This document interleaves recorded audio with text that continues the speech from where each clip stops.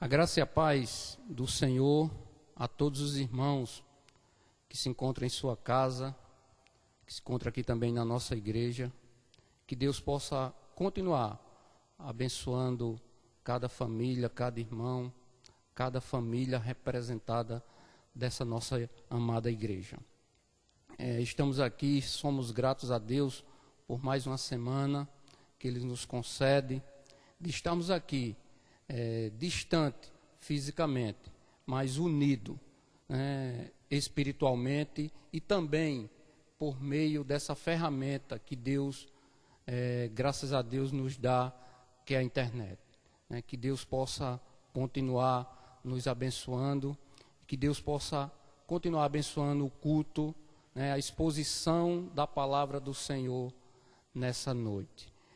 Creio em Deus, estamos há quase 90 dias ou mais dessa pandemia, distante dos irmãos. Estamos com saudades de todos. Graças a Deus, amanhã vai reabrir o nosso comércio local. Graças a Deus por isso. Que Deus possa ter misericórdia da nossa cidade e da nossa população. E, se Deus quiser, daqui a algumas semanas ou alguns meses, possamos estar juntos também, cultuando o nome santo do Senhor na nossa amada igreja. Claro, com todos os cuidados que é necessário. Então, que possamos orar também em favor disso. Então, irmãos, nesse instante, eu peço que você em casa possa orar, iniciando o culto e a exposição da palavra do Senhor dessa noite junto comigo. Senhor, nosso Deus e nosso Pai, obrigado, Pai, por estarmos aqui, Pai, em Tua casa mais uma vez e conectados com os irmãos, Senhor, via internet. Oh Deus, obrigado, Pai, porque o Senhor nos deu essa ferramenta também para o Teu louvor, também para Te louvar, para engrandecer e para Te exaltar. Obrigado, Pai, porque Tu és santo, Tu és soberano, Tu és rei, Tu és o rei dos reis, o Senhor dos senhores, Deus que pode tudo e todas as coisas, mas mesmo assim se preocupa com cada um de nós. Oh Deus, obrigado, Senhor, porque em todos esses dias o Senhor tem cuidado da Tua amada igreja, o Senhor tem cuidado de nós, e podemos dizer, Pai, que até aqui nos ajudou o Senhor. Muito obrigado, Pai, pelo cuidado, proteção, livramento. Obrigado pelo prazer de cultuar o teu bendito nome. Obrigado, Pai, porque o Senhor nos dá esse livre acesso de chegar até o Pai por intermédio do Filho. Muito obrigado e continua conosco, continua na direção desse culto, que o Senhor possa falar desde já aos nossos corações, pela exposição da palavra do Senhor, que o Senhor, Pai, possa falar aos nossos corações por intermédio dos louvores, e que o teu nome possa ser exaltado, que o teu nome possa ser glorificado, que o teu nome possa ser bendito em todo o tempo. É isso que nós te pedimos e te agradecemos desde já, em nome do Pai, do Filho e do Espírito Santo. Amém. Eu convido aos irmãos em casa a abrir a sua Bíblia em 2 Reis, capítulo 20, versículo do 1 ao 6. É um texto bastante conhecido que fala da doença do rei Ezequias e da sua maravilhosa cura.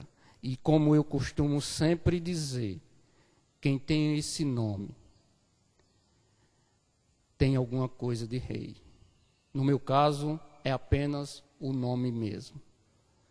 Mas vamos ler o texto que diz: naqueles dias, Ezequias adoeceu de uma enfermidade mortal. Veio ter com ele o profeta Isaías, filho de Amós, e lhe disse: assim diz o Senhor, põe em ordem a tua casa, porque morrerás e não viverás. Então virou Ezequias o rosto para a parede e orou ao Senhor, dizendo: lembra-te, Senhor, peço-te de que andei diante de ti com fidelidade, com inteireza de coração, e fiz o que era reto aos teus olhos. E chorou muitíssimo. Antes que Isaías tivesse saído da parte central da cidade, veio a ele a palavra do Senhor, dizendo: volta e diz a Ezequias, príncipe do meu povo, assim diz o Senhor, o Deus de Davi teu pai: ouvi a tua oração e vi as tuas lágrimas. Eis que eu te curarei ao terceiro dia, subirás à casa do Senhor. Acrescentarei aos teus dias 15 anos, e das mãos do rei da Síria te livrarei, a ti e a esta cidade, e defenderei esta cidade por amor de mim e por amor de Davi, meu servo. Amém. Irmãos, tanto o rei Acabe, lá em 1 Reis 21, como o rei Ezequias, nesse texto que acabamos de ler, virou o rosto para a parede no momento de desengano, no momento de tristeza, no momento de angústia. Mas diferente do rei Acabe, o rei Ezequias virou para a parede para orar, para clamar, para interceder ao Deus que podia mudar as circunstâncias. Porque ele sabia de onde tinha vindo. E ele sabia o rei a quem servia, que é o nosso Deus. Então, irmãos, por isso nós, no meio do nosso desengano, das nossas fraquezas, das nossas tristezas, possamos fazer igual ao rei Ezequias, clamar ao nome santo do nosso Deus. E ele é o único que pode mudar circunstância. Graças a Deus por isso. Nesse momento, irmãos, eu queria orar junto com os irmãos e fazer uma oração de contrição pelos nossos pecados e pelas nossas faltas. Irmãos, o irmão Adriano me mandou uma mensagem e eu achei ela muito interessante, até compartilhei no grupo, que na mensagem tem dizendo: certos pregadores ou muitos pregadores contam suas conversões. Muitos crentes contam suas boas obras. Porém, o apóstolo Paulo contava as suas fraquezas. E é por isso, irmãos, que nós devemos, nesse instante, clamar ao Senhor, pedindo misericórdia pelas nossas vidas, e imitar o apóstolo Paulo, contar as nossas fraquezas, as nossas limitações, as nossas dificuldades diante de Cristo Jesus, porque Ele é único e fiel para nos perdoar. Então eu convido a você a orar nesse momento. Senhor, nosso Deus e nosso Pai, nesse instante, Pai, queremos entrar mais uma vez em oração. E nesse instante, Pai, queremos confessar os nossos pecados, confessar as nossas fraquezas, confessar as nossas limitações, confessar os nossos erros. Perdão, Pai, porque muitas vezes nos sentimos soberbos, achamos que podemos alguma coisa porque somos cristãos, achamos que somos alguma coisa porque temos e carregamos o nome de cristão, desse cristianismo, mas que o Senhor possa ter misericórdia de nós. Ó Deus, porque dependemos e carecemos da Tua misericórdia, reine em nossas vidas. Ó Deus, perdão por tudo aquilo que fizemos, Pai, ou que praticamos, seja em gestos, em ações, em palavras. Que o Senhor, Pai, possa nos purificar de todo o mal e de toda a malícia que existe dentro de nós. E assim como um cântico do nosso cenário diz: se sofrimento te causei, ó Deus, e ao meu exemplo o fraco tropeçou, se eu não andei nos bons caminhos teus, perdão, Senhor. Que possamos fazer desse cântico todos os dias as nossas orações, para que o teu nome possa ser exaltado. E certo dos pecados perdoados, não pelos nossos méritos, mas pelos méritos de Cristo Jesus. Queremos também te louvar, te agradecer e te bendizer. Em nome do Pai, do Filho e do Espírito Santo. Amém. Amém, irmãos? Nesse instante eu convido você, nós vamos ler as perguntas do nosso catecismo. Pergunta de número 29 e a de número 30.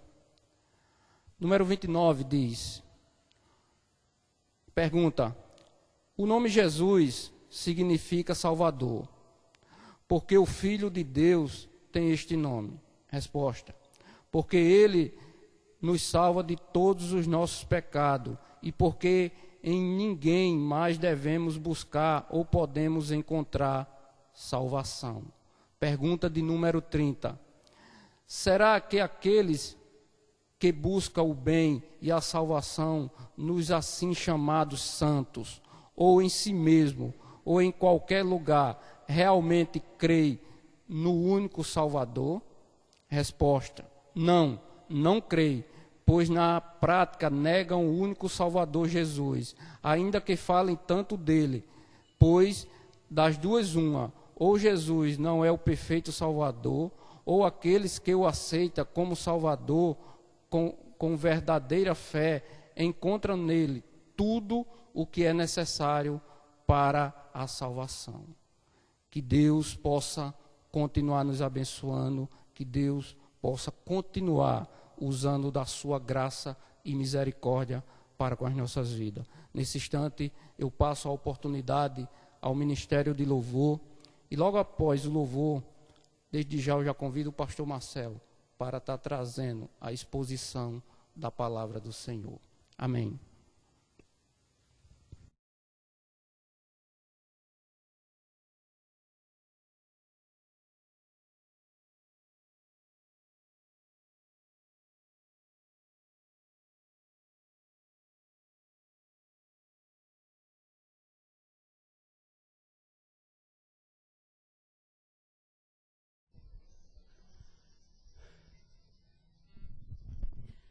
Graça e paz, amados. Bom estarmos mais uma vez no culto de louvor e adoração ao nosso Deus. E nesse momento render a Ele louvores, pois só Ele é digno de toda a honra, de toda a glória e de todo o louvor. E mesmo nesse período nós temos um bom amigo com quem podemos contar, que é Cristo, né? E nós vamos cantar o hino 159, que diz: bondoso amigo. Quão bondoso amigo é Cristo, revelou no seu amor, e nos diz que lhe entreguemos os cuidados sem temor. Então devemos entregar todo o nosso temor, todas as nossas dúvidas, todos os nossos medos, diante desse amigo, que é bondoso e fiel para conosco.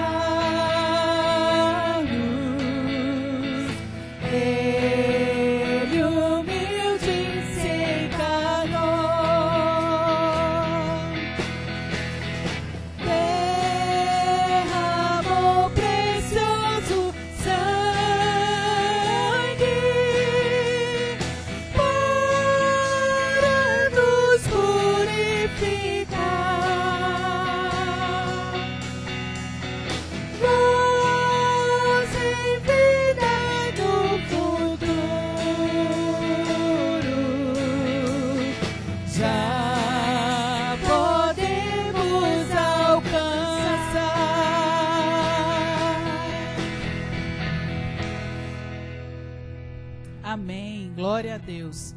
Vamos continuar esse Deus, porque não há outro Deus criador de todas as coisas. Nosso Deus, Ele é soberano, Ele é poderoso, e Ele que criou todas as coisas que vemos, né, que tocamos, que nem sabemos que existem muitas vezes, mas Deus criou todas as coisas. Só Ele é soberano.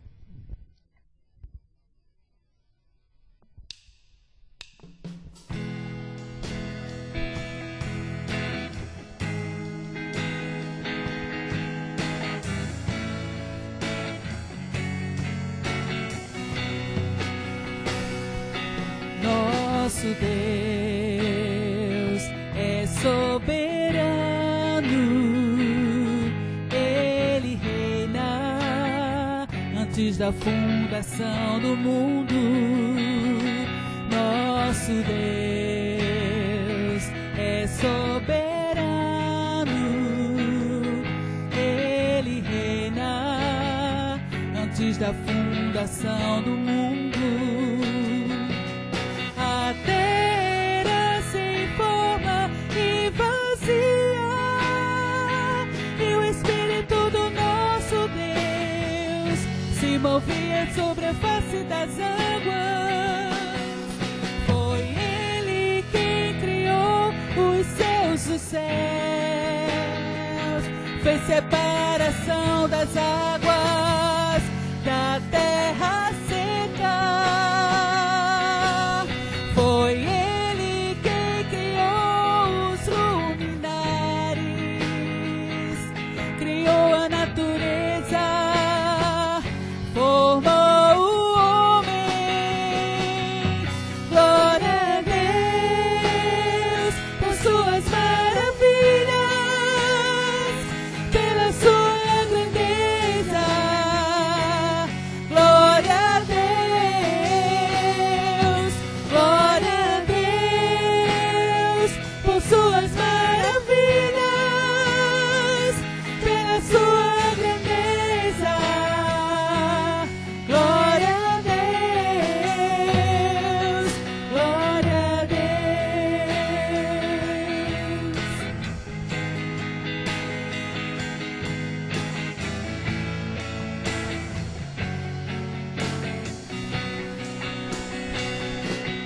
Nosso Deus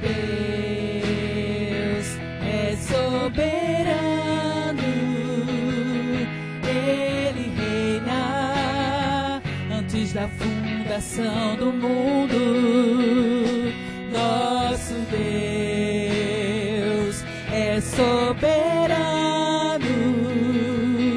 Ele reina antes da fundação do mundo. A terra sem forma e vazia, e o Espírito do nosso Deus se movia sobre a face das águas. Foi Ele quem criou os céus dos céus, fez separação das águas da terra seca. Foi Ele quem criou os luminares e criou a natureza, formou o homem. Glória a Deus por suas maravilhas, pela sua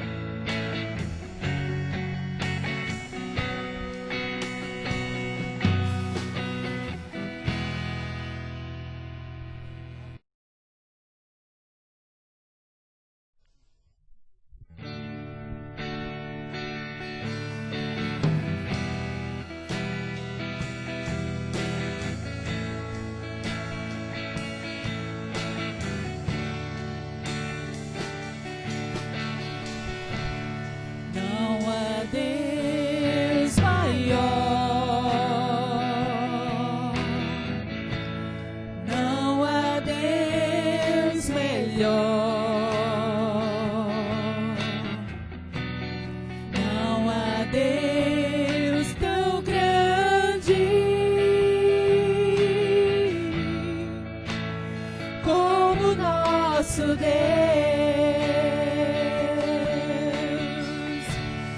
Não há Deus maior, não há Deus melhor,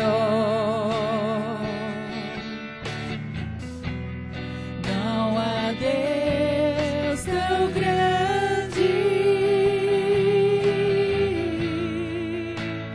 como nosso Deus. Criou os céus, criou a terra, criou o sol e as estrelas. Tudo Ele fez, tudo criou, tudo formou.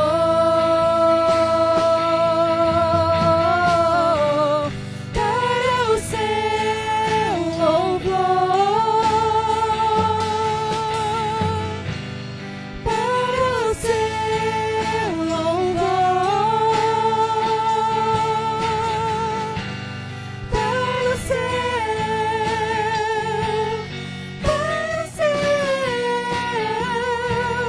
para o seu louvor. Não há Deus maior, não há Deus melhor, não há Deus tão grande como nosso Deus. Criou os céus, criou a terra, criou os céus, criou a terra, criou o sol e as estrelas. Tudo Ele fez, tudo criou,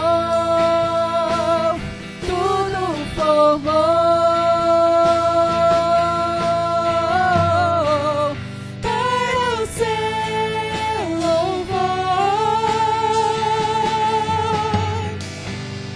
para o seu louvor, para o seu louvor.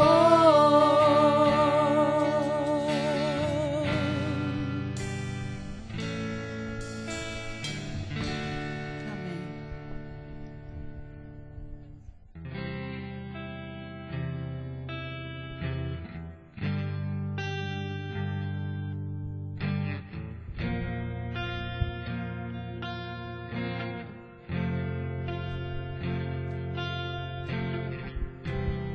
Digno Cordeiro que foi morto, santo, santo Ele é. Um novo cântico ao que se assenta sobre o trono do céu.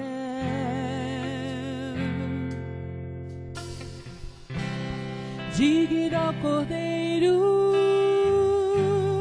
que foi morto, santo, santo Ele é. Um novo cântico ao que se assenta sobre o trono do céu.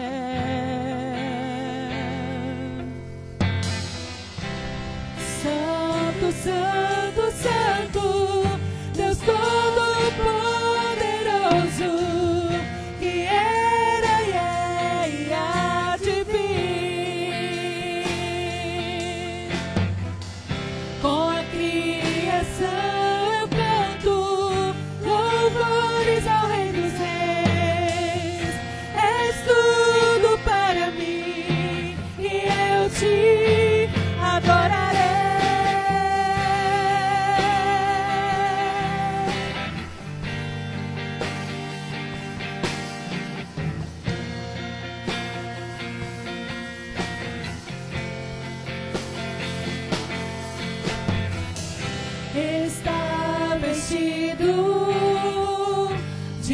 majestade, sons de trovão, luzes, relâmpagos, louvores, honra e glória, força e poder para sempre, ao único Rei eternamente. Santo, Santo, Santo, Deus Todo-Poderoso, que era e é e há de vir. Com a criação eu canto louvores ao Rei dos Reis. És tudo para mim e eu te adorarei.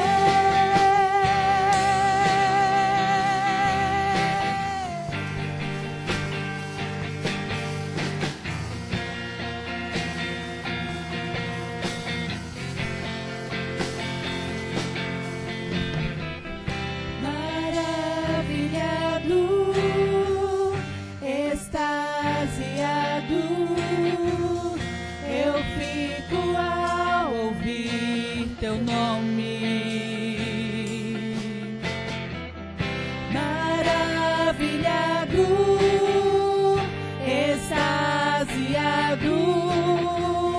eu fico ao ouvir teu nome. Jesus, teu nome é força, é fôlego de vida, misteriosa, água viva.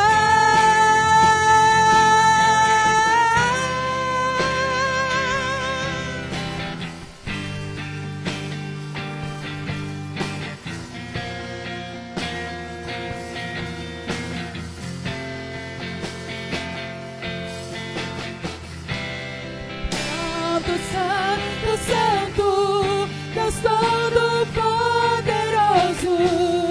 que era e é e há de vir. Com a criação eu canto louvores ao Rei dos Reis. És tudo para mim e eu te adorarei.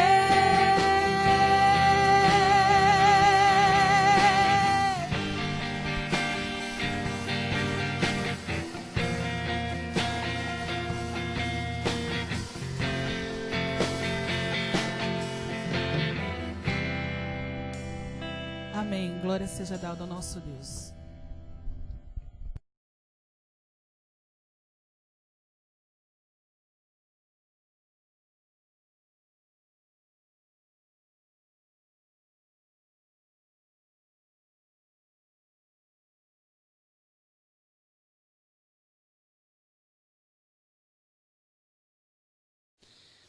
Graça e paz, irmãos. Estamos mais uma vez reunidos na presença do nosso Deus para ouvir a palavra do Senhor. Eu quero nesse instante convidá-los a abrirem a palavra de Deus na epístola do apóstolo João. E agora nós vamos ler capítulo 2, versos 1 e 2.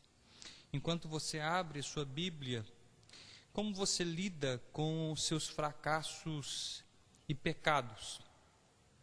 Essa é uma pergunta interessante e relevante, principalmente porque estamos acostumados a uma vida de relativa vitória na caminhada cristã. Na verdade, somos tão acostumados com um cristianismo positivista e triunfalista que praticamente não há espaço para refletir sobre nossas lutas e fracassos. E dessa forma nós tentamos viver uma espécie de cristianismo perfeccionista, ou pelo menos tentamos viver como se isso fosse possível. Então falamos sobre nossas vitórias, de nosso desempenho, de nossos méritos, de nossas capacidades. Com isso, irmãos, eu quero deixar bem claro que eu não quero defender aqui um cristianismo pessimista ou um cristianismo de derrotas, mas eu quero pensar um pouco sobre os nossos fracassos na caminhada cristã, sobre nossas quedas em pecado. E aí surgem algumas perguntas que nós devemos responder à luz do texto quando formos expor os 2 versículos. O que fazer quando essas coisas acontecem? O que fazer, irmãos, quando, por mais que nos esforcemos, falhamos com Deus, caímos em pecado? Por mais que nos empenhemos para viver uma vida de santidade, haverá momentos em que nós iremos fracassar, em que nós iremos cair em pecado ou de alguma forma transgredir uma lei ou um mandamento de Deus. Então, que atitude devemos ter quando essas coisas acontecerem? Essa é uma pergunta importante, irmãos, porque tais questionamentos já eram feitos nos primeiros anos da igreja. É interessante perceber que alguns, como por exemplo Tertuliano, defendia e encorajava o batismo bem próximo da morte, porque ele acreditava que se fossem batizados jovens, no decorrer da sua vida as pessoas poderiam cometer outros pecados. Então ele tinha uma preocupação para que o batismo fosse aplicado já ali na velhice, quando a pessoa praticamente não poderia mais ter algum pecado grave. E aqui o apóstolo João, de forma pastoral, ele nos orienta quanto a essas questões que é tão comum na vida cristã. E aqui, como João vai expor esse texto, ele não deixa lugar para o desespero. Então, vejamos o que ele diz, capítulo 2, do verso 1 a 2. Diz assim o apóstolo João: filhinhos meus, estas coisas vos escrevo para que não pequeis. Se todavia alguém pecar, temos advogado junto ao Pai, Jesus Cristo, o justo. E ele é a propiciação pelos nossos pecados, e não somente pelos nossos próprios, mas ainda pelos do mundo inteiro. Tenhamos uma palavra de oração nesse instante. Pai, nós louvamos o teu nome, louvamos-te pela tua palavra, louvamos-te pela tua fidelidade, louvamos-te pelo teu amor por nós, pelo teu povo, pela tua igreja. E nesse instante, ó Deus, queremos clamar para que o teu Espírito fale ao nosso coração através da exposição da tua palavra. Que não seja eu que venha falar, mas o teu Espírito, por intermédio da palavra, possa encontrar guarida em nossos corações, e não apenas isso, mas que o Senhor, pela tua palavra, nos modifique, nos transforme, nos anime, nos console, nos exorte, que possamos, ó Deus, ser pelo Senhor edificados e ter a plena certeza que a tua palavra é a verdade que transforma e que ilumina os nossos corações. Pedimos-te que o Senhor esteja conosco, hoje e sempre, no nome de Jesus. Amém. Amém. Irmãos, nem todos compreendem o que significa o perdão de Deus. É importante pensarmos sobre isso, pois alguns equivocadamente pensam que o perdão de Deus encoraja de alguma forma o pecado. Essas pessoas imaginam que Deus, sendo Deus, deve de alguma forma, independentemente de seu arrependimento, perdoar suas atitudes, seus pecados. Essas pessoas acreditam que pelo fato de Deus ser o que Ele é sua obrigação perdoar nossas transgressões. Outros podem trilhar pela via oposta. podem pensar que por mais que se arrependam de suas fraquezas e pecados, Deus simplesmente cansou de perdoá-las. Essas pessoas vivem uma vida cristã triste e sem vida. Acreditam que Deus, por causa dos seus pecados, simplesmente as toleram. E como não são perfeitas, Deus simplesmente irá desprezá-las ou castigá-las. Ambas as atitudes nos levam a um cristianismo defeituoso. O primeiro, a um cristianismo irresponsável, que desencoraja a santidade, que menospreza ou minimiza a santidade de Deus. Não podemos esquecer que o salmista, quando estava falando sobre o perdão de Deus, ele deixou claro que com o Senhor está o perdão para que te temam. No primeiro ponto de vista, as pessoas de certa forma minimizam a santidade de Deus. Elas menosprezam a santidade de Deus, desencorajam uma vida de piedade, porque para essas pessoas o cristianismo é, na verdade, uma religião libertina e liberal. O segundo ponto de vista é um cristianismo insípido e sem vida. Aqui o fiel entra praticamente em desespero. Olhando para si mesmo, o crente percebe o quanto está distante de uma vida perfeita. E ele enfatiza isso de forma correta, a santidade de Deus, mas ao mesmo tempo ele esquece da graça de Deus em Cristo Jesus. Ele enfatiza a santidade de Deus, isso é certo, devemos enfatizar isso, porque a Bíblia enfatiza a santidade de Deus, mas ele esquece de que em Cristo Deus perdoa todos os nossos pecados. E mesmo aqueles pecados que já confessamos e por fraqueza nós caímos nos mesmos pecados. Irmãos, na verdade, resumindo os dois pontos de vista, ambos esquecem a essência do Evangelho.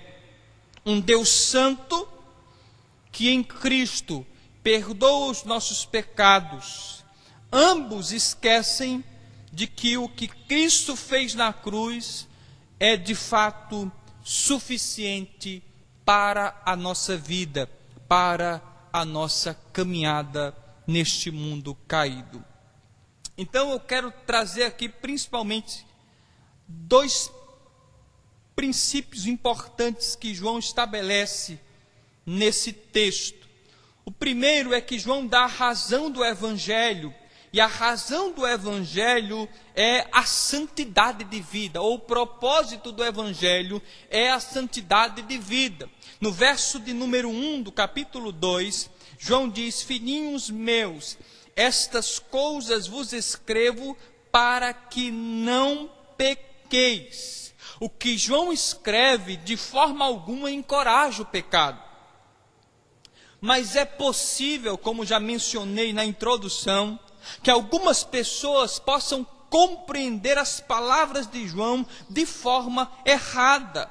Podem compreender de forma equivocada aquilo que João declarou nessa carta e ter conclusões erráticas sobre a proposta que João nos traz nessa carta. Portanto, irmãos, pelo fato de João ter falado que existe perdão para pecado através daquilo que Jesus fez e continua fazendo diante de Deus, muitos poderiam concluir que se isso de fato é verdade, então por que se preocupar com o pecado? Se Deus nos perdoa, o resultado está garantido. Na verdade, por que não pecar mais, para que Deus possa perdoar mais e obter uma glória maior em tais circunstâncias? Irmãos, é óbvio que o apóstolo João não está defendendo esse princípio, esse pressuposto, esse pensamento. Como pode ser claramente percebido pelo propósito da carta, o apóstolo não diz nada disso. De forma alguma, João está encorajando uma vida de pecado. De modo algum há aqui um endosso a uma vida relaxada e displicente. De forma alguma, João ou qualquer texto da Sagrada Escritura ensina que o pecado deve ser praticado ou encorajado. De forma alguma. É justamente o oposto. A Bíblia e o que o João está falando é justamente o oposto. João escreve para que nós possamos crescer em santidade, evitar o pecado, lutar contra o pecado. Toda a Bíblia Sagrada aponta para essa verdade. Tanto João como os outros escritores bíblicos se preocupam com a santidade do fiel. E eles nos encorajam a vivermos uma vida de plena santidade neste mundo. E de forma bem clara, João vai lidar agora de forma direta com o pecado do cristão. Ele agora vai trabalhar aquilo que ele chama de se nós pecarmos. Se acontecer de você, cristão, estar no seu trajeto e você de repente caiu em algum pecado, João agora vai lidar com isso. João agora vai estabelecer os princípios, as verdades fundamentais para podermos lidar com os nossos fracassos, com os nossos pecados. É tanto que a frase, como diz Boyce, contém uma chamada clara à santidade, que por sua vez é baseada em duas grandes certezas cristãs. A primeira é a promessa de Deus de perdoar pecados, já estabelecida no capítulo 1. E a segunda é a obra de Cristo, sobre a qual a primeira é elaborada. Então nós temos a promessa de Deus de perdoar pecados e temos também agora a obra de Cristo, a segunda verdade que João estabelece. Então vejamos a primeira, que é a promessa de Deus de perdoar pecados. Veja o verso 1 novamente. Filhinhos meus, estas coisas vos escrevo para que não pequeis. Em um apelo amoroso, João deseja que seus leitores não pequem. Seu propósito nessa carta é que eles, em outras palavras, cresçam em santidade. Mas a pergunta que nos vem à mente é: mas como isso deveria acontecer? A que essas coisas se refere? Quando João diz, estas coisas vos escrevo, o que ele está querendo dizer com isso? Nós temos algumas interpretações sobre essa frase. Alguns pensam que essas referência, estas coisas do verso 1 do capítulo 2, é uma referência a tudo o que João disse antes do capítulo 2. E aí nós teríamos praticamente o capítulo 1 inteiro. Outros dizem que João pode estar pensando aqui na tese principal do capítulo 1, que seria a frase Deus é luz. E aí, nesse caso, a implicação óbvia do que João está dizendo seria que os cristãos não devem pecar porque Deus não tem pecado. São essas duas interpretações que temos. Mas existe uma outra interpretação, e eu acredito que ela seja a mais coerente com o contexto, é que João esteja se referindo à declaração do versículo 9 do capítulo 1, na qual disse que Deus vai perdoar nossos pecados se os confessarmos. Veja o capítulo 1 e o verso 9, diz assim: se confessarmos os nossos pecados, Ele é fiel e justo para nos perdoar os pecados e nos purificar de toda injustiça. Então parece que João está trazendo esse versículo à tona, e dentro dessa compreensão do texto fica ainda mais surpreendente perceber a bondade e a graça de Deus. Na verdade, irmãos, nós temos aqui uma promessa de perdão, uma garantia surpreendente. E aí, saber que temos uma garantia de perdão não nos levará a uma vida de pecado e licenciosidade. Será que saber que Deus me perdoa, isso de certa forma não vai impulsionar a uma vida irresponsável? Será que saber que Deus perdoa não vai me levar a viver uma vida relaxada e não buscar a santidade? Parece que não. O ponto de vista de João é justamente o oposto, é exatamente o oposto. Para João, saber que Deus perdoa nossos pecados nos impulsionará a uma vida santa. Saber que temos um perdão garantido por Deus, isso deve nos constranger a viver uma vida de santidade e de misericórdia, de graça. Perceber que Deus em Cristo nos garante perdão e um perdão certo, vai nos fazer enxergar o mundo de uma nova maneira e agora buscando ser obediente a Deus em nosso caminhar no dia a dia. Como diz James Boyce, o conhecimento desse amor tão grande e desse perdão imerecido torna o cristão profundamente desejoso de não pecar contra eles. Irmãos, perceber que Deus nos ama e que nos perdoa os pecados e que o perdão dos pecados está garantido por Ele, isso nos levará a um profundo desejo de honrar e agradar a Deus. Não é assim que fazemos com os nossos pais? Não é essa atitude quando um pai manifesta seu amor, sua bondade, o interesse do filho, normalmente é agradar o seu pai e honrá-lo em seu procedimento. João está dizendo que em Deus nós temos perdão, que os cristãos têm perdão em Deus, e por isso, por causa dessa verdade, isso deve nos impulsionar, deve nos trazer o desejo de viver uma vida plena de santidade na presença de Deus. É isso que João está dizendo. João não está encorajando a uma vida de pecado. Se você tem vivido um cristianismo relaxado, e o que você afirma é que se Deus te perdoa, você pode viver de qualquer forma, você não compreendeu o Evangelho. O Evangelho de forma alguma encoraja o pecado.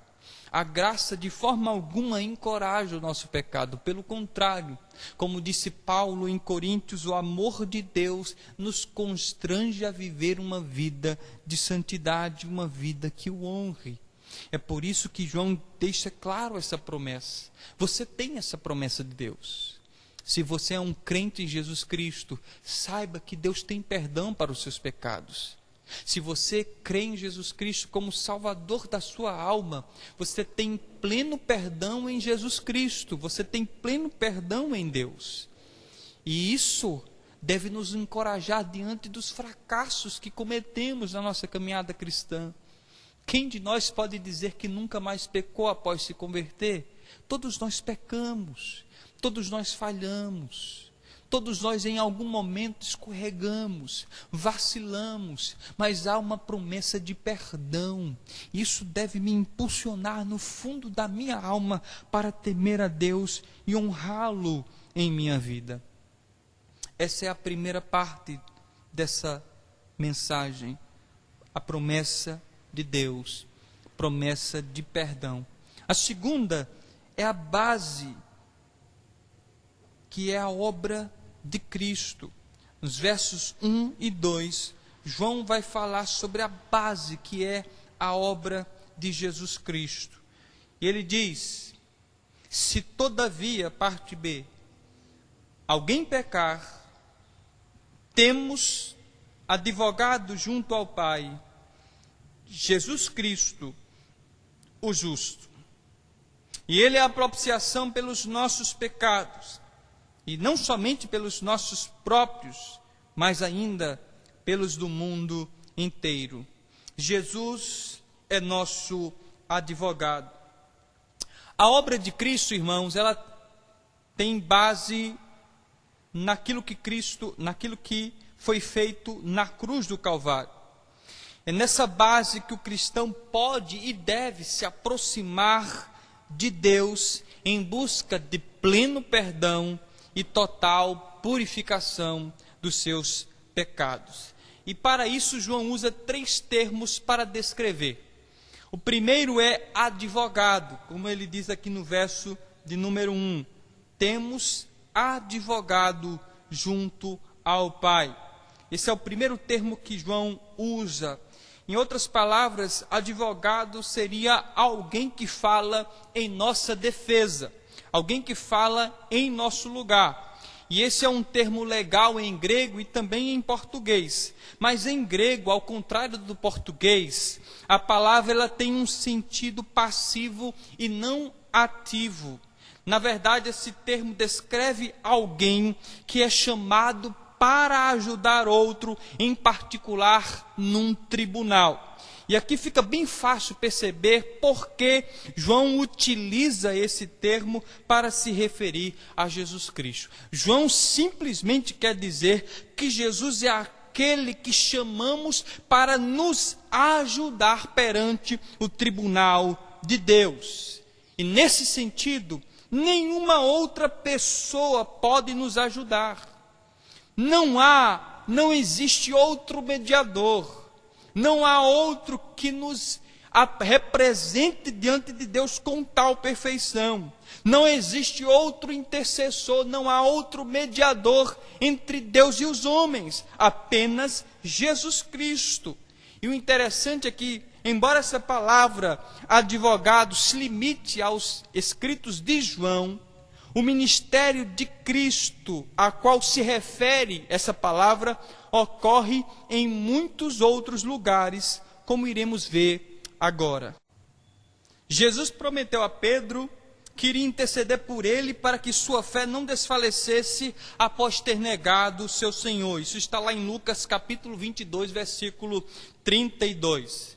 Em João 17, registra uma oração com esse mesmo objetivo em favor de todos os crentes. Jesus declarou também: eu digo-vos que todo aquele que me confessar diante dos homens, também o Filho do Homem o confessará diante dos anjos de Deus. Lucas capítulo 12, verso de número 8. E o apóstolo Paulo descreve Jesus como sendo aquele quem os condenará, pois é Cristo quem morreu, ou antes, quem ressuscitou dos mortos, o qual está à direita de Deus e também intercede por nós. Romanos capítulo 8, versículo 34. Então, as implicações daquilo que João diz de Jesus como nosso advogado, está em outros textos das Sagradas Escrituras. Jesus é aquele que intercede por nós, é aquele que nos representa diante do Pai, é aquele que está orando para que a nossa fé permaneça. Sabe por quê, irmão? Nós estamos de pé, mesmo em meio às dificuldades e pecados da nossa vida. Sabe por que você ainda está caminhando na caminhada cristã? Sabe por que você ainda não desistiu? Sabe por que ainda você não jogou o pano, a toalha? Sabe por quê? Porque Cristo intercede pelo seu povo. Cristo ora por nós, para que a nossa fé permaneça diante das adversidades que este mundo oferece. É por isso que você permanece. Não é porque você é forte em si mesmo, não é porque você tem capacidade em si mesmo, não é porque você é diferente dos outros, é porque o nosso intercessor é fiel e está do nosso lado, intercedendo por nós junto ao Pai, como ele fez com os seus discípulos. É por isso que estamos de pé. É por isso que permanecemos firmes. É por isso que estamos caminhando e continuaremos caminhando, porque Jesus intercede por nós. Esse é o seu trabalho. Esse é o trabalho do nosso advogado, aquele que está junto ao Pai, nos representando. Ele intercede por nós. João também diz que Jesus não é apenas o advogado, mas também o justo. Veja o final do verso de número 1 diz: junto ao Pai, Jesus Cristo, o justo. O segundo termo usado por João a respeito de Jesus é justo. Os primeiros cristãos viam Jesus como o justo de Deus. Mas o adjetivo justo também expressa um conceito moral. Aponta para o caráter perfeito e puro de Jesus como homem. Na verdade, irmãos, isso manifesta não apenas a justiça que Cristo tem, justiça legal de nos representar diante de Deus, mas também expressa o seu caráter. Ele é fiel.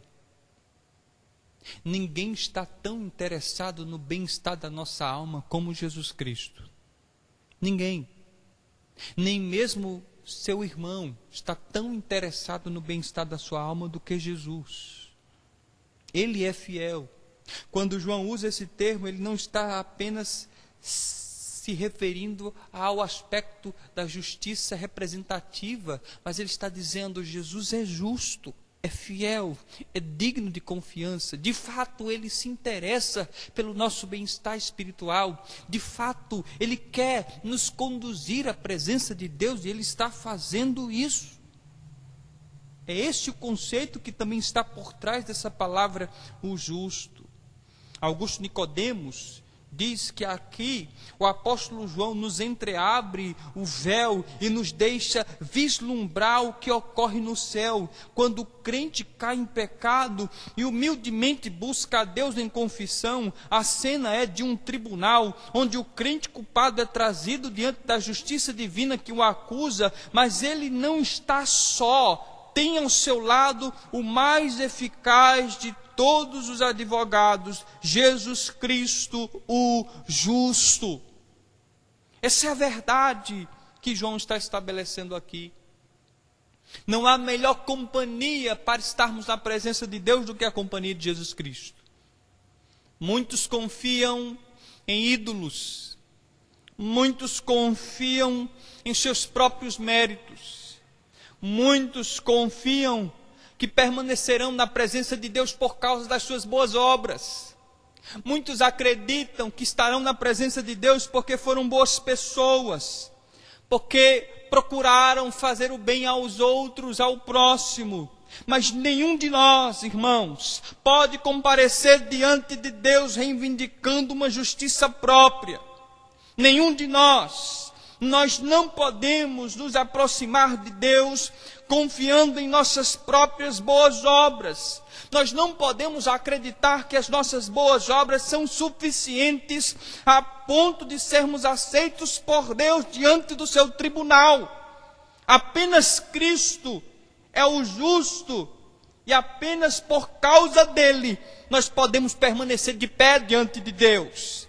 É pelos seus próprios méritos, é por suas próprias obras, é pelas obras do nosso Salvador que nós podemos comparecer diante de Deus confiantes e ousados, porque o nosso representante, o nosso advogado é justo e ele já fez tudo o que foi suficiente para fazer em nosso lugar na cruz do Calvário. É isso que nós devemos acreditar quando fracassarmos em nossos pecados. Meu amado irmão, como está a sua caminhada cristã? Como está a sua vida? Talvez você esteja andando de cabeça baixa porque olha para si mesmo e vê o quanto você é falho, o quanto você tem pecado, o quanto o seu cristianismo não é perfeito. Talvez você olhe para si mesmo e diga: meu Deus, eu estou perdido. E a verdade é essa. Se você olhar para você mesmo, você vai ter uma sensação de desespero.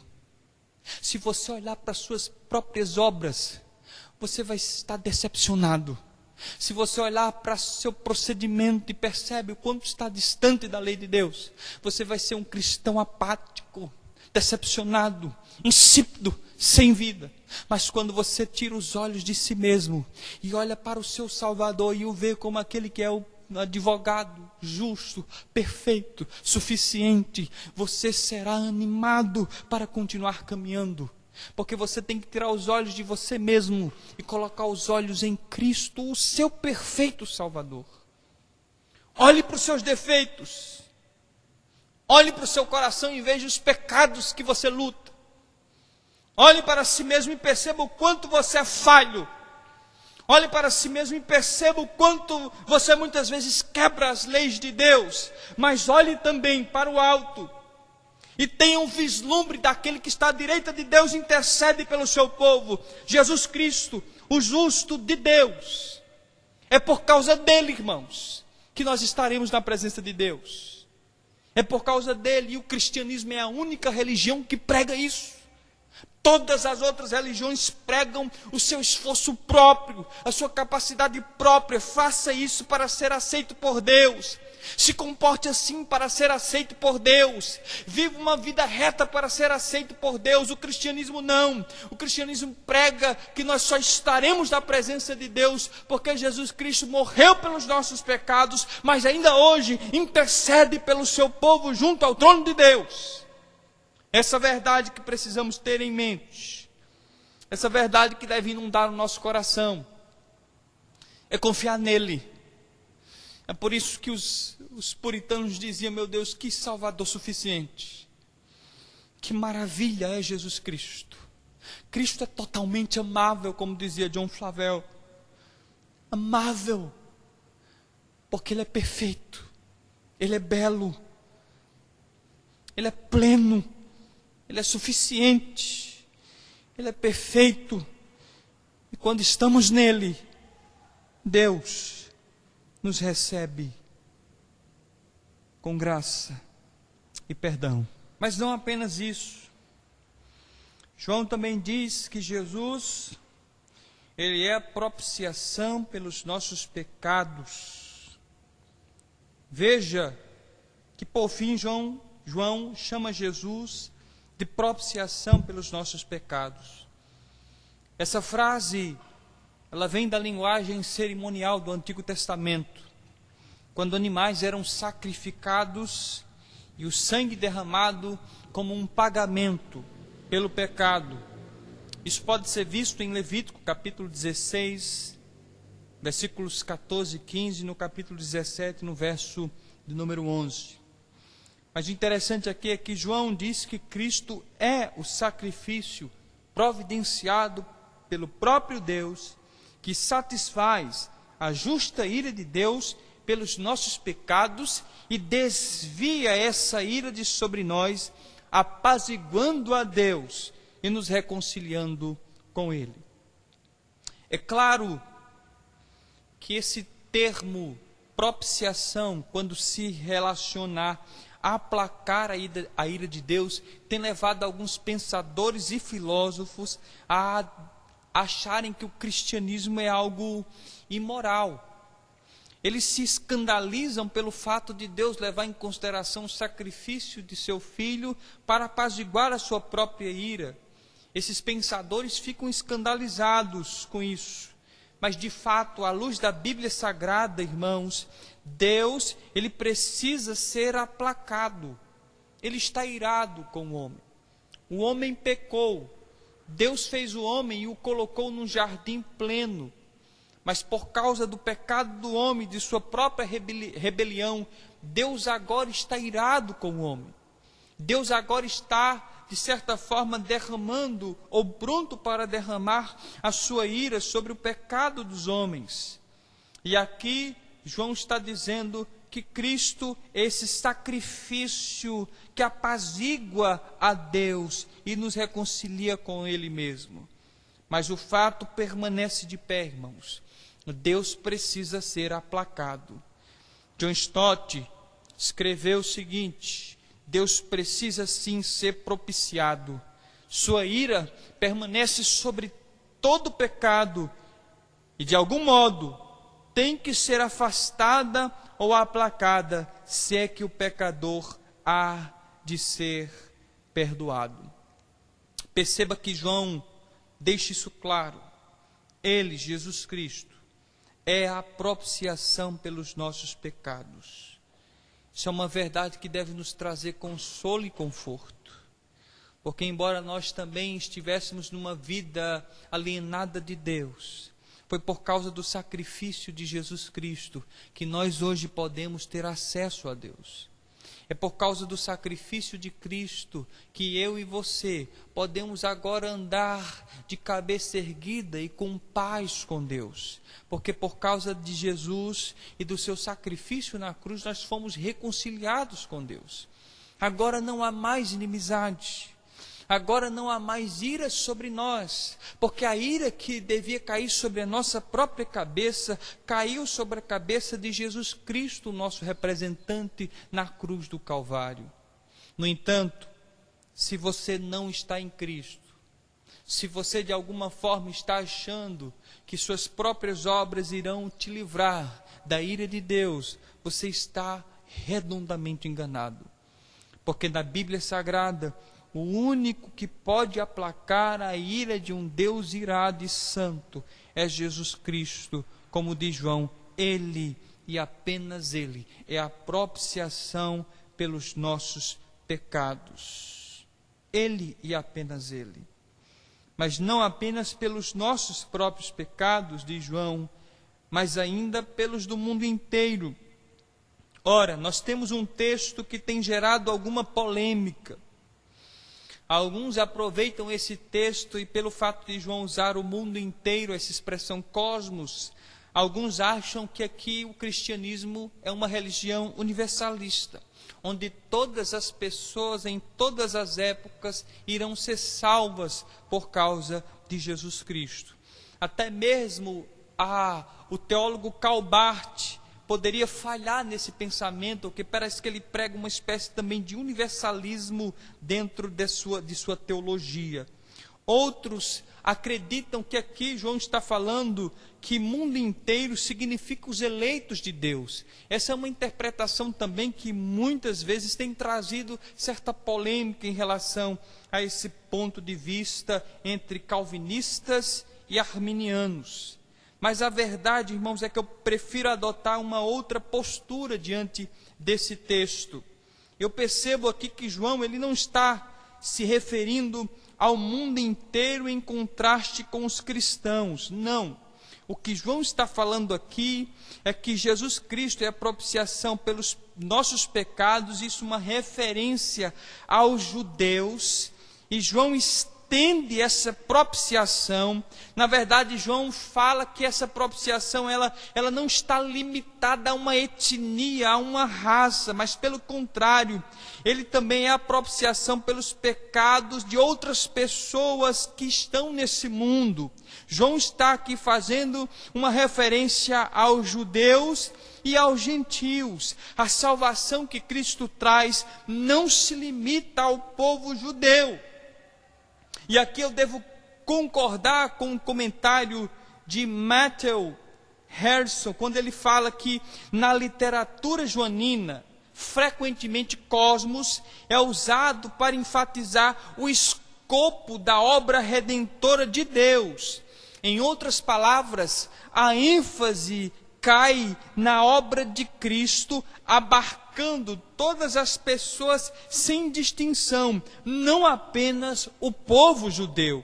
Ele ainda diz, João ressalta a verdade de que a redenção de Cristo transcende fronteiras étnicas para incluir não simplesmente os judeus, mas também os gentios.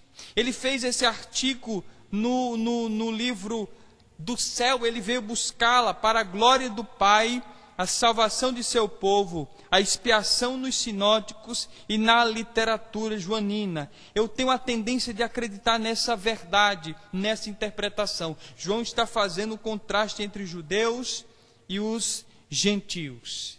E aqui, irmãos, traz-nos uma palavra que precisa estar em nossos corações. O Evangelho é para todas as nações. A mensagem do Evangelho de que Cristo veio morrer pelo seu povo deve ser pregado em todas as nações. Esse é o universalismo bíblico, que não se limita apenas a um povo, a uma etnia, mas a mensagem deve ser espalhada sobre toda a face da terra. O próprio Jesus disse aos seus discípulos: ide por todo o mundo, pregai o Evangelho a toda criatura. Quem crê e for batizado será salvo, quem não crê será condenado. Meus amados irmãos, João diz que Jesus é o nosso advogado, Ele é o justo e é a propiciação pelos nossos pecados. Caminhando para o final dessa exposição, eu gostaria de tirar algumas lições desse texto, lições que nós já ventilamos na exposição dos versículos.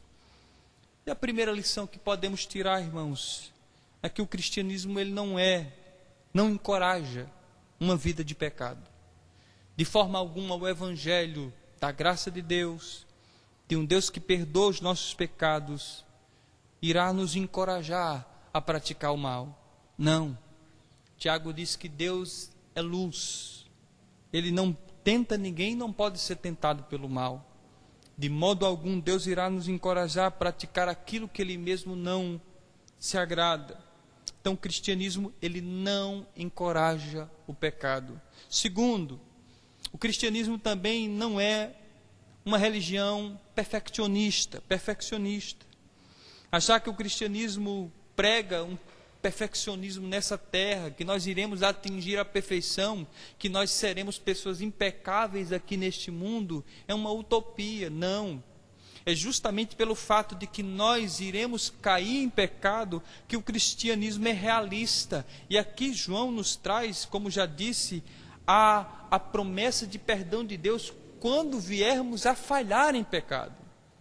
De forma alguma o cristianismo prega que nós seremos impecáveis, que você será um marido perfeito, que você será uma mulher perfeita, ou que você será um filho perfeito. Não, o cristianismo mostra os nossos defeitos, os nossos pecados, mas também nos mostra a fonte onde podemos nos purificar toda vez que viermos a falhar diante de Deus. E essa fonte, como nós já vimos, é o próprio Jesus Cristo, que é o nosso advogado, que é o justo e que é a propiciação pelos nossos pecados.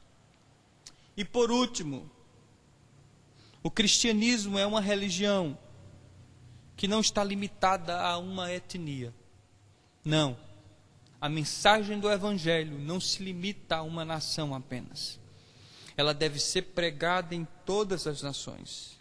Cristo tem o seu povo em vários países da face da terra. Tem os seus eleitos. Deus tem os seus escolhidos. Nós nunca devemos lembrar que Deus se interessa pelos eleitos dele. Que Deus quer ver os seus eleitos sendo salvos, e é por intermédio da pregação da palavra, de que Cristo é o sacrifício propiciatório, que nós devemos levar essa mensagem, levando vidas a Deus, pelo poder do Espírito Santo.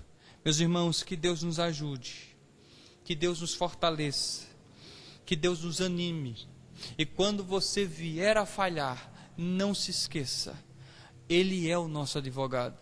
Não se desespere, não perca a sua esperança. Jesus Cristo justo está diante de Deus e representa você de forma perfeita. Não se esqueça daquela canção que nós tanto apreciamos: diante do trono de Deus no céu, temos perfeita redenção, Jesus Cristo, o nosso Salvador. Curva a sua cabeça nesse instante e oremos ao Senhor pela sua palavra, e que Ele aplique essa palavra ao nosso coração. Amado e gracioso Deus, nós louvamos o Teu nome, porque a Tua palavra é a verdade. Eu peço a Deus que o Teu santo evangelho nos encoraje, nos fortaleça. Nós falhamos na nossa caminhada cristã, nós vacilamos, nós muitas vezes fracassamos. Por mais que nos esforcemos, nós deslizamos na caminhada cristã. Mas o Senhor é aquele que providenciou o meio pelo qual nós podemos nos achegar a Ti, nos aproximar de Ti sempre que falharmos. O nosso Senhor Jesus. E é por Ele que nós queremos Te louvar. É por Ele que nós queremos Te agradecer. Porque por mais que vejamos as nossas falhas e fraquezas, o nosso representante é perfeito, suficiente, sem falha, sem mancha, sem mácula. É nele que nós nos aproximamos de Ti. É por meio dele que nós Te buscamos. É por meio deles que nós Te adoramos. É por meio dele que nós ousamos nos aproximar do teu trono de graça. Que o Senhor em Cristo nos fortaleça e que sempre que falharmos, recorramos ao nosso advogado perfeito, não pelos nossos méritos, pois não temos nenhum, mas pelos méritos do Senhor Jesus Cristo e por sua graça infalível. Pedimos-te isso e te agradecemos. No nome de Jesus. Amém. Amém.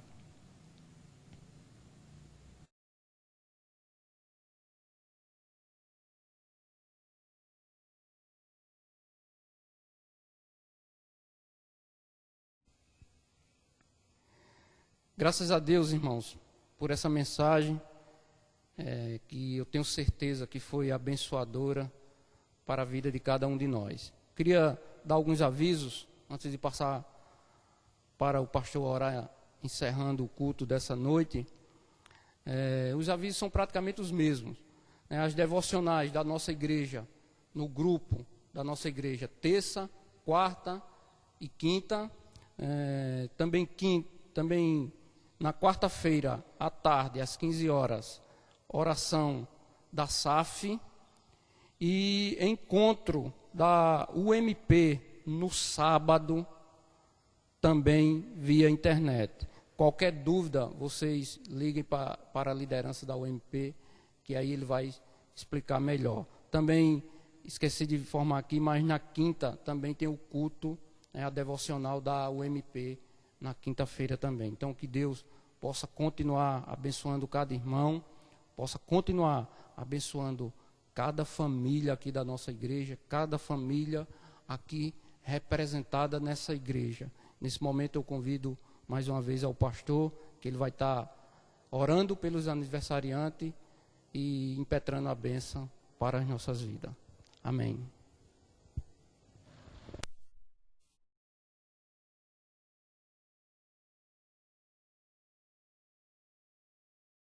Amém, irmãos, nós vamos orar finalizando este momento, essa transmissão, e também orar pelos aniversariantes desse mês. Ana Rita, dia 6, Lucas, dia 7, Rejane, dia 10 e Heloísa, domingo, dia 14, né? Hoje.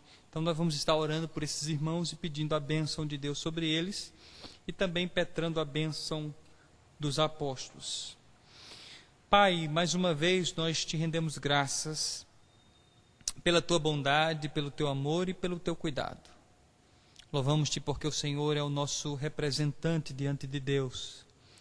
E o Senhor, de forma graciosa, tem nos abençoado com todas as sortes de bênçãos nas regiões celestiais. Nós queremos nesse instante apresentar a vida desses queridos irmãos que por tua graça completam mais um ano de vida.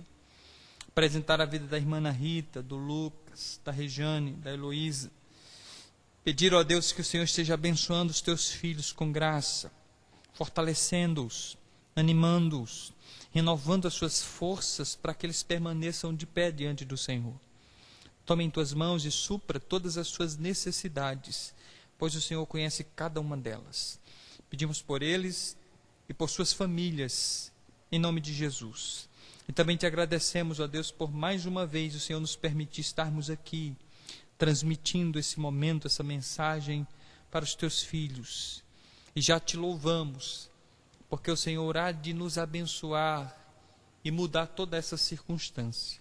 Obrigado, ó Deus, por ser um Deus fiel, um Deus que perdoa os nossos pecados e um Deus que nos recebe em Cristo, apesar de toda a nossa imperfeição e falha. Peço a tua bênção sobre nós, hoje e sempre, no nome de Jesus. Amém. Amém. Recebam a bênção, queridos. Que a graça de nosso Senhor e Salvador Jesus Cristo, o amor de Deus, o nosso eterno Pai, e a comunhão e a consolação do Espírito Santo repouse sobre cada um de nós, não só hoje, mas para todos sempre. Amém. Amém, irmãos. Deus abençoe a todos.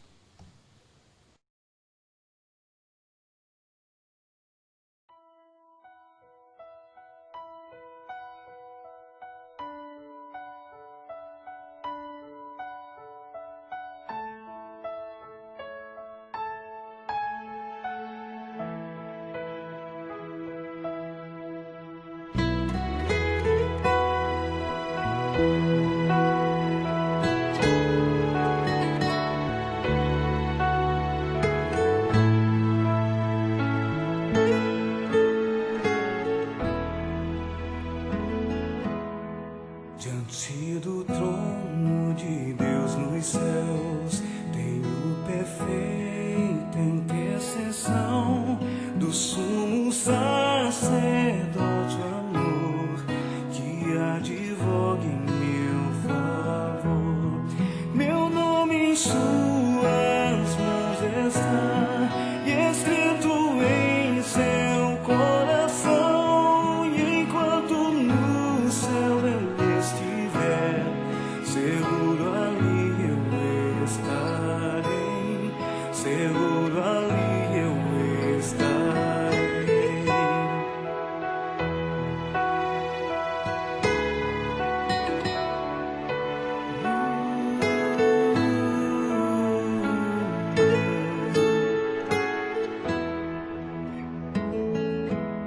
Se sou tentado a desviar e vejo a culpa que há em mim, contemplo os céus